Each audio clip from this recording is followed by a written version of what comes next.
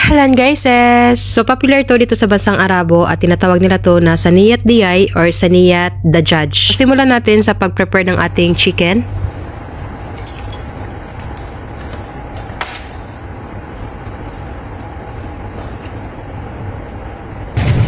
Kabad natin to sa suka dahil nga frozen to. Hindi to fresh chicken. Kabad natin sa suka.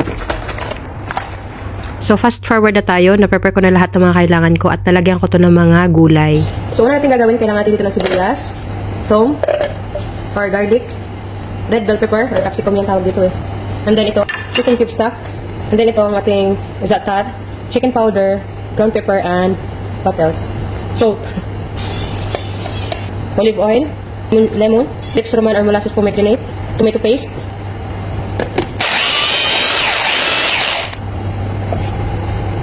after kung mababa dito sa suka, hinugasan ko ulit siya. Lagyan natin yung mixture dito. So, ganyan lang. Then, massage lang natin. Maglagay ako ng maraming sibuyas. So, depende na yan sa inyo kung ano yung slice of sibuyas nyo. Ilagay ko na rin itong manok. So, hindi na ako nag-gloves dyan, huwag na kayong pumalag. And masarap to pag i-marinate muna. Ilagay ko na itong gulay. Hindi sana ganito yung luto ko na guys.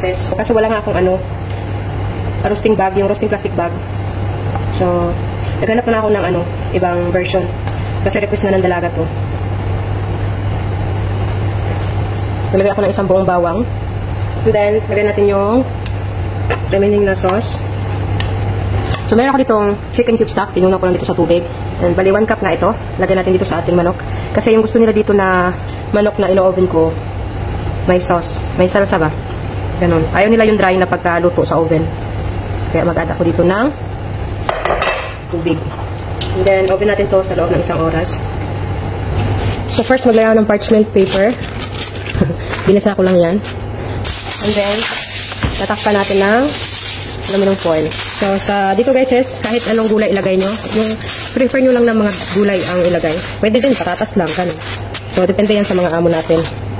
Yung sa akin kasi mahilig talaga sila sa mga gulay. Check natin guys, Bismillah.